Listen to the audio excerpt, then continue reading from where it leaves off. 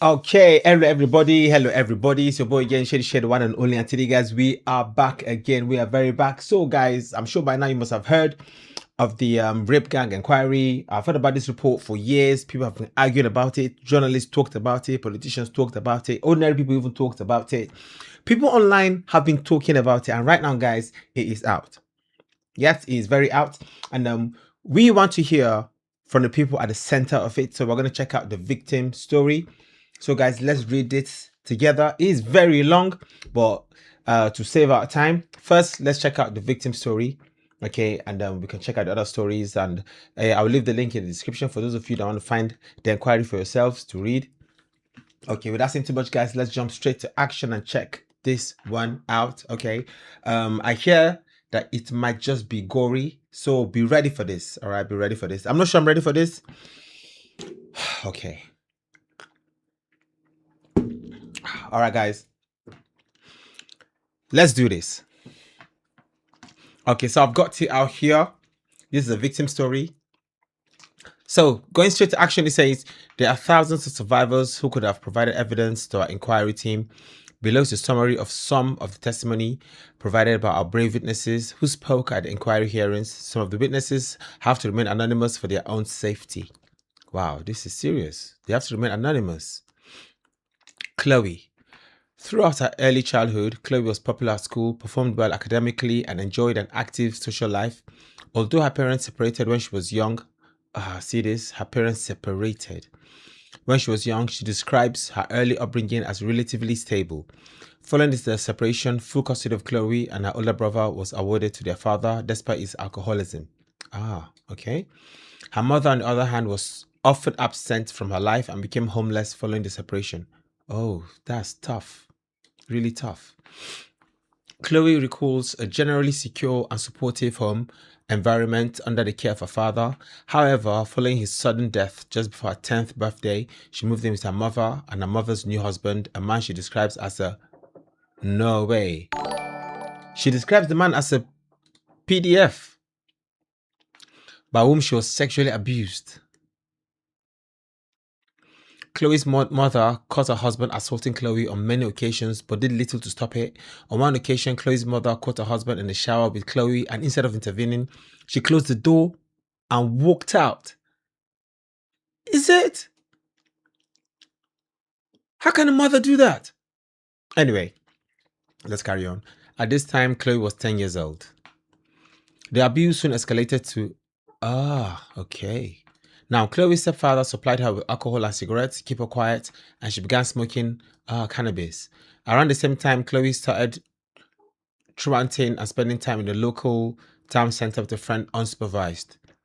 She described groups of, Muslim men, primarily, Pakistani, she said, aged 20 to over 50, showing them attention, including wolf whistling and buying them alcohol. Many were taxi drivers who would take the girls into their cars and drive them around the town. At this stage, there was no sexual abuse, and although the men's behavior was clearly inappropriate, Chloe and her friend, then in their final year of primary school, enjoyed being treated like adults. Okay, this is going to get very intense. The grooming soon intensified. The provision of alcohol and takeaways was accompanied by emotional manipulation with the men, many of whom were related to one another, presenting themselves as sympathetic friends to Chloe. Chloe describes this process as them mapping out, are you a vulnerable person? Physical contact, including kisses and massages, became increasingly common. Meanwhile, the abuse by her stepfather at home worsened, and her mother was all but absent as a guardian. Wow. At this time, Chloe had an aunt and uncle who lived nearby, and she often sought refuge with them. She had plenty of holidays with them during her earlier childhood and felt like she could trust them. On one occasion, she had visited them while truanting before returning home and spending the day there while her mother and stepfather were at work. To Chloe's surprise, her uncle arrived at her house unannounced an hour later, and she invited him inside. After a brief conversation, Chloe's uncle sexually assaulted her as well. Chloe resisted and he relented and left. She told her mother about the assault, and her mother reported it to the police. The police accused Chloe of lying, and no further action was taken until this incident. she had regarded her uncle as one of the best people in her life. Afterwards, there were no adults left that Chloe could confide in or seek support from. Okay, I see. She was kind of isolated. Increasingly isolated, she became more deeply involved with the groups of Muslim men she encountered in the town center. One evening, Chloe's friend suggested that they travel to a nearby town where one of the men had a hotel room. They were picked up by the man who was drunk and under the influence of drugs and taken to the hotel. When they arrived, hotel staff saw but did not intervene. So the hotel staff saw them but did not intervene. In the room, the girls were given a potent strain of cannabis, which left Chloe, then 11, absolutely smashed. At 11,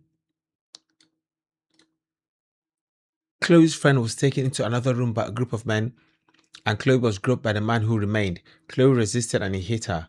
The man did not attempt to sexually assault her again, and instead threw the girls, both of whom were still intoxicated, out of the hotel and refused to drive them back to their own. Refused to drag. And refused to drive them back to their hometown. They were forced to walk. It was around midnight. Chloe did not want to go back to her home as she feared her mother would beat her for being out late, so stayed with a friend. In the early hours of the morning, Chloe was collected from her friend's house by the police after her mother reported her missing. Chloe lied to the police and her mother about where she had been. Chloe's mother grounded her for a month, meaning she was stuck at home with her predatory father, a period she described as torture. Oh my gosh, she's been going through a lot already. Anyway, shout out to everyone that on this live stream. Hello, Scott. Hello, Camo6812. Yes, greetings to all of you guys. Much greetings. Thank you very much. Okay, so after the month passed, Chloe arranged to see her friend who boasted that she had a new boyfriend. Chloe left the house to meet her. Okay, and the girls were picked up by the boyfriend, who was in fact a 25-year-old Indian man. Initially, Chloe thought the man was nice, posher than the other men she had met in the town center. He took Chloe and her friend to a shop where he purchased a bottle of vodka before picking up one of his friends and taking the girl to a secluded location. During the journey, the men began pressuring the girls for sex. Chloe refused, stating that she was on a period, but the men replied that it did not matter. Night was falling when they arrived, and the boyfriend took Chloe's friend out of the car, leaving Chloe alone with the other man. He proceeded to rape her on the back seats. Oh my God. The incident took place in 2003. In 2022, Chloe took the two men to court, but neither were found guilty. Happened in 2003, 19 years later, she took them to court. Oh my God, at 11 years old, mate. From this moment, Chloe's life spiraled. At 12 years old, she began drinking heavily, smoking large amounts of cannabis, and taking harder drugs, including ecstasy, anything to block it out of her mind. Oh my days.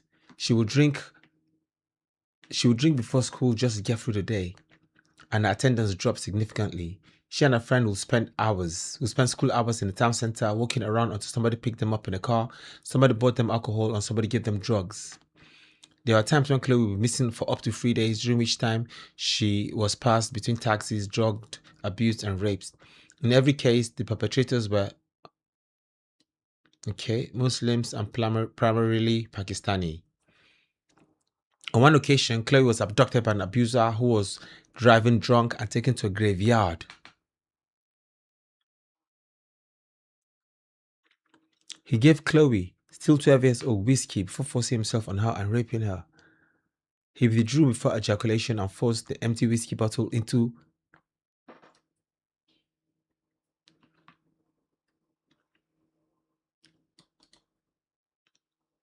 Are you serious? Where it shattered. Chloe admitted herself to A&E, but no questions were asked about how she had sustained such an injury. She was examined, the glass was removed, and she was discharged. Imagine the pain. Imagine the pain. This is horrendous. Again, shout out to everyone. Yeah, shout out to everyone on this live stream. Thank you very much, guys, for joining.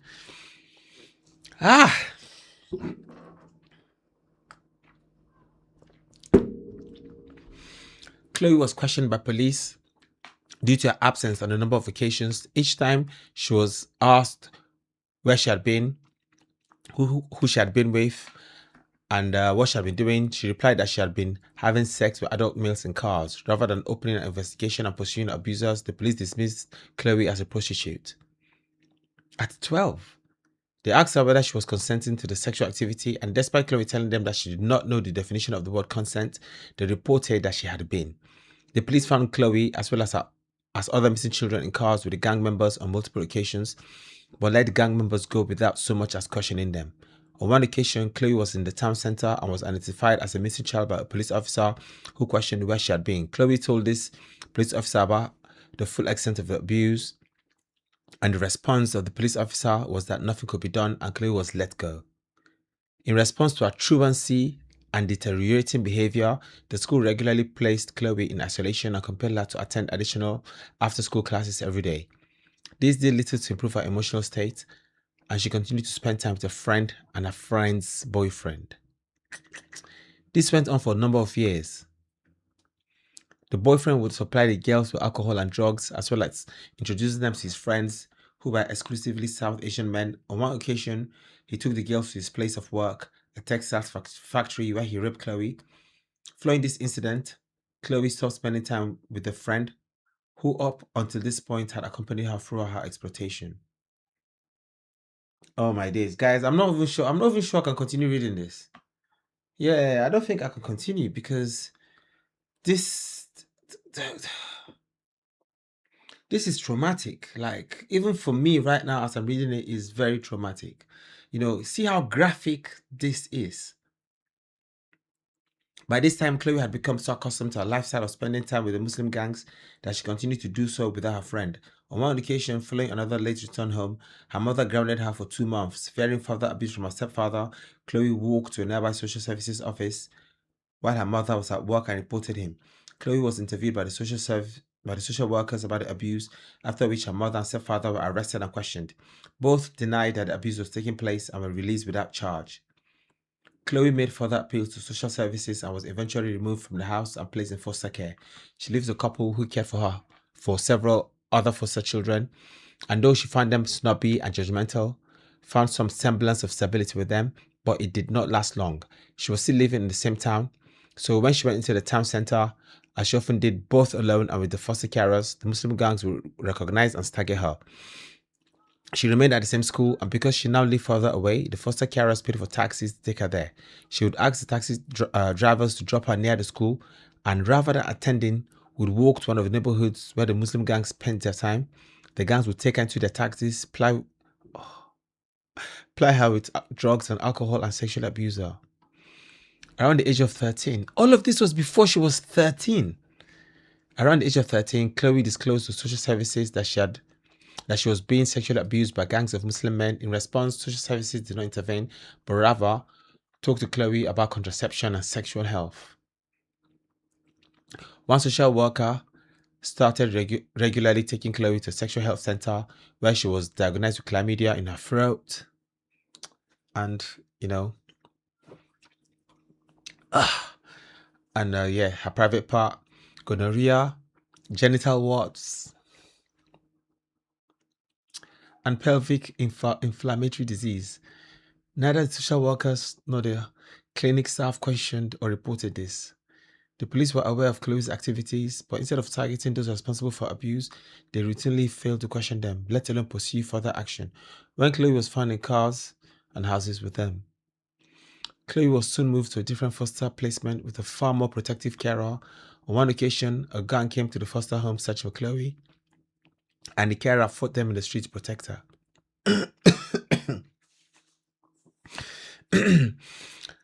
Guys,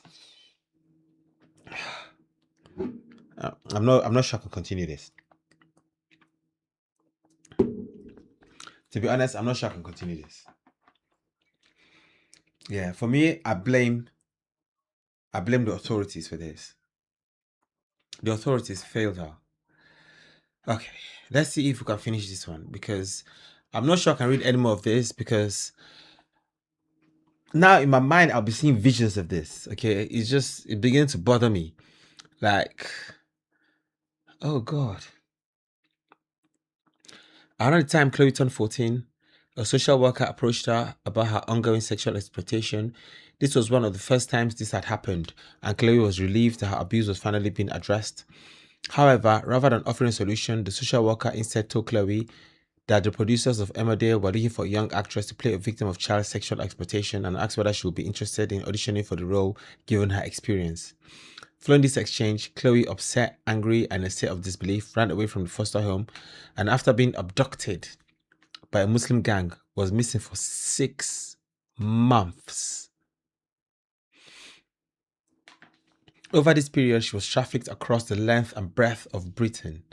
She was taken to house after house and raped and abused by guy after guy after guy after guy. The men who abused her paid money to the gang, which treated her as little more than a commodity. She was reported missing and her photograph was shown on TV. Her abusers remarked on this. You are that girl off the her abusers remarked on this. You are that girl off the TV that's missing. But her whereabouts were never reported to the police. Chloe describes the cycle of grooming, rape, and drug and alcohol abuse. This went on until eventually she was located by the police. When the police found her, she was in a car with a South Asian Muslim man. The man was let go without charge and she was returned to her mother's house. Chloe's relationship with her mother had completely broken down by this point, so she continued to run away and her psychological state deteriorated further. Following another period of grooming and sexual exploitation by a Muslim gang, Chloe was taken into police custody and transported to a secure unit at a children's home. She described the home as being like a prison. Every aspect of her life was controlled and surveilled, and she was routinely subjected to bodily examinations, including full cavity searches. Chloe found the experience highly traumatic. She remained there for 9 months, by which time she was almost 15. Social services determined that she was well enough to be released, and she was placed in foster care, not far from where she had been living. Chloe describes the new carers as positive and encouraging presence in her life. And in spite of her proximity to the site of her abuse and exploitation, Chloe found stability and security living with them. She enrolled in a full-time hairdressing and beauty course at a nearby college, and for the next 2 years, Chloe describes her life as fantastic. As Chloe approached her 18th birthday, social services notified her that the foster care will soon end. They identified a house for her, and after parting with her carer, she moved in and got a retail job to support herself. Despite having little experience in care of herself, Chloe's life remained generally stable through this period. Eventually, Chloe reestablished contact with a friend whom she had been abused with as a child. She invited her over to her house, and when she arrived, she was accompanied by a group of Muslim men, all of whom remembered Chloe from past abuse. Immediately, Chloe's life was thrown back into chaos. The men refused to leave, and in Chloe's word, it was no longer my quiet little house, it was their house. They smashed windows, kicked in doors, left the house an absolute wreck, and sexually abused Chloe. One of the men, a previous abuser, pinned her down, pulled his trousers down, and sat on her face.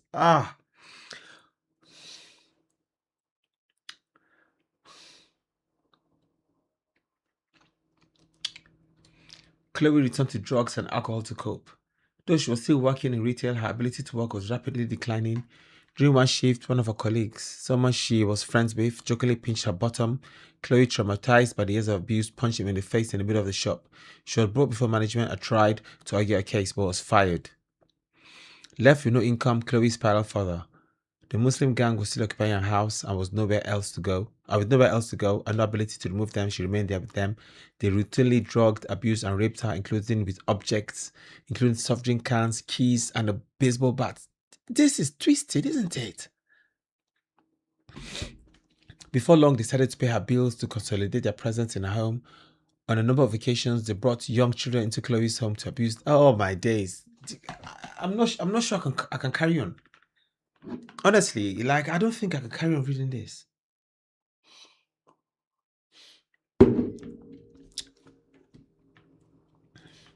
Genuinely, I can't. Honestly, I want to say, guys, I'm sorry, but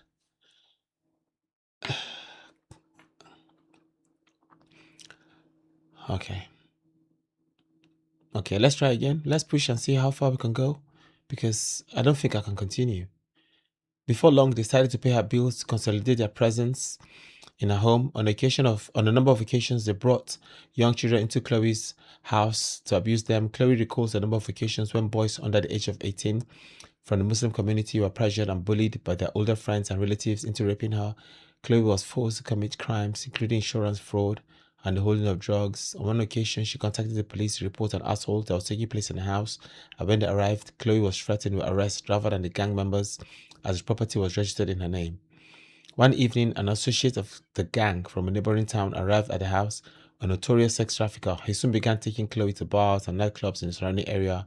There, he would spike her with heroin before handing her over to men who sexually assaulted and raped her.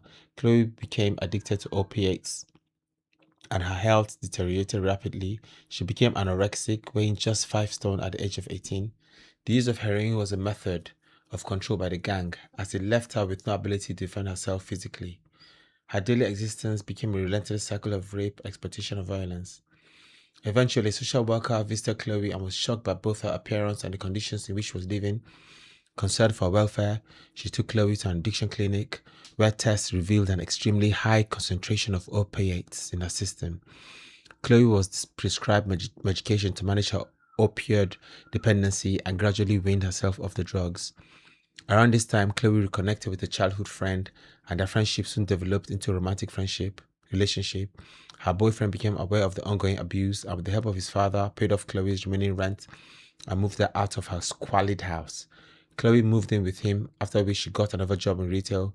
For a short period, Chloe's life was relatively stable, but due to her unresolved trauma, she soon returned to drinking heavily, smoking cannabis, and gambling. Her workplace was close to her first foster home, and before long, she came back into contact with members of the gang that had abused her at that time. Why didn't she just leave the town? The cycle of grooming, exploitation, and abuse soon resumed. Her relationship with her boyfriend broke down, and out of desperation, she established contact with her mother, who had left her predatory husband, and soon moved back in with her.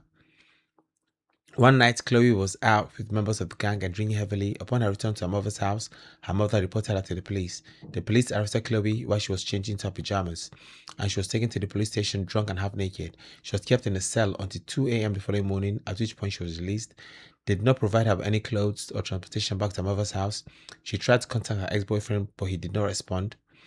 Chloe, then 19, was left stranded. She wandered around the neighborhood for several hours before encountering a gang member who had previously abused her. Cold and desperate, she got into his car and for the following weeks was trafficked across the country. Eventually, Chloe identified a new house to move into.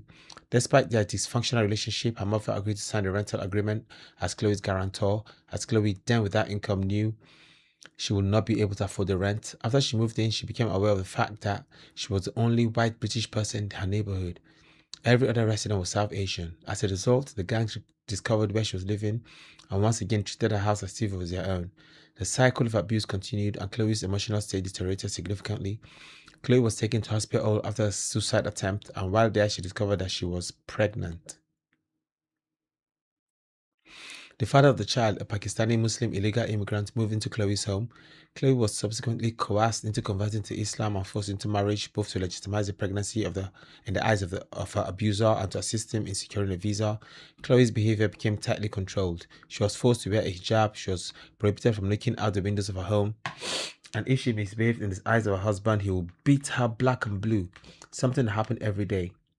Chloe's child was born with multiple health problems, including a defective kidney due to the deteriorated condition of Chloe's womb as a result of the sexual abuse. Nevertheless, becoming a mother gave Chloe a renewed determination to get her life back on track. She reported the father of her child to the police after he assaulted the child and he was removed from the property. She stopped taking drugs, she was focused, and for the first time, the gangs left her alone.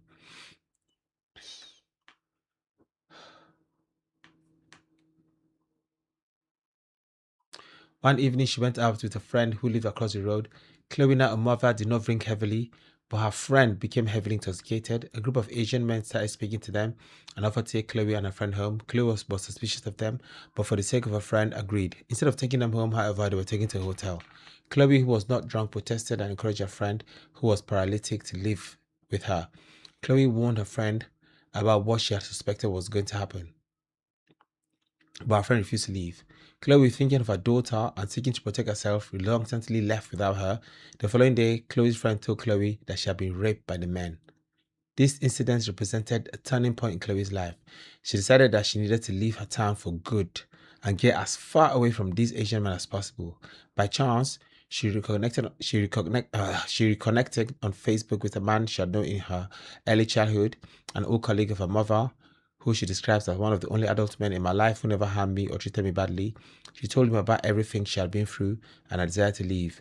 He lived in Scotland and she was invited to visit him for the weekend, which she did. After returning home, she sought support from Women's Aid, who managed to secure her a property in Scotland. With nothing but her daughter and a small bag, she left her hometown, leaving a lifetime of abuse and exploitation behind, and moved to Scotland, where she resides to this day. Chloe personally knows at least 20 other girls from her area who were predated on by the Muslim gangs who abused her. The pattern was always the same: grooming, drugging, trafficking, abuse, and rape. Furthermore, Chloe describes being taken to mosques where imams who describe non-Muslims as infidels and preached that white women who dressed inappropriately were free game. Chloe believed that the local police and social services, NHS, and government were all fully aware of what was happening, including the racialized nature of the crimes, but that they did not intervene for two reasons: because they could not be bothered with the paperwork and because they did not want to be seen as racist. Chloe blames these bodies and their major push for diversity for abuse. Chloe says that if I can save even just one more child, girl, or boy from going through any of this, then I've done my job. Inquiry panelists, do you know how many men abused you over that period if you had to guess? Chloe, hundreds, hundreds, and hundreds, and hundreds. Oh my God. Guys, genuinely speaking, I'm sorry. I really am sorry. I can't continue reading this, okay? It is really traumatic. Like, it is traumatic for me reading it. All right. This is someone I do not know. Knowing that it's a true story, knowing that it's something that happened, knowing that it's something that has been, you know, something that the politicians have avoided, all right, for years and years and years. It just makes it really tough for me to talk about. And knowing that they have family members will be out there, hearing this and kind of reliving it again. I think it's gonna bring it back up. But I'll post the link in the description of this video after this live stream. But I'm telling you, like, I can't stomach it. Okay, I really can't. So I'm sorry. I hope you guys understand and bear with me, okay? Because I don't know. For something like this to be going on in the United Kingdom, in the UK, like this great nation, and the authorities did nothing about it. Politicians didn't voice it, didn't talk about it, okay? You want to push diversity, I understand you want to push diversity, but push diversity the right way, okay? If someone commits a crime, let them do the time. When something happens, you need to squash it right there and then, okay?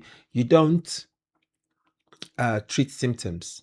You treat the root cause of the problem. Symptoms show you what the problem is, then you treat the root cause of it. Okay, that's what I think. And this is really sad that anyone went through this. It's really, really sad. No matter who they are, no matter what faith is, they have, no matter their standing in life, no matter what, nobody deserves to go through this kind of traumatic experience, because trauma stays with you all your life. Even when you get old, it stays with you. It's like a program that gets written in your brain, and something can can spark it up. You can never live a normal life again. Never, ever, ever again. Nothing can be done for you to live a normal life. You can try, all right. You can be better. You can improve, but no. I don't know what to say. Like, to be honest, like, I'm speechless at this. Just one story. I just read one, and I can't stomach the rest. Anyway, thank you for those that joined me on this live stream. I really appreciate you guys. Okay, much love to you, and yeah. Again, one more time, I can't carry on with this. Okay, like, it's too much. Honestly, it's too much. Anyway, let me know what you think about this in the comment section, guys. Okay, I really appreciate you guys joining me on this live stream, and yeah, thanks for the love and support. Love and peace out to all of you guys.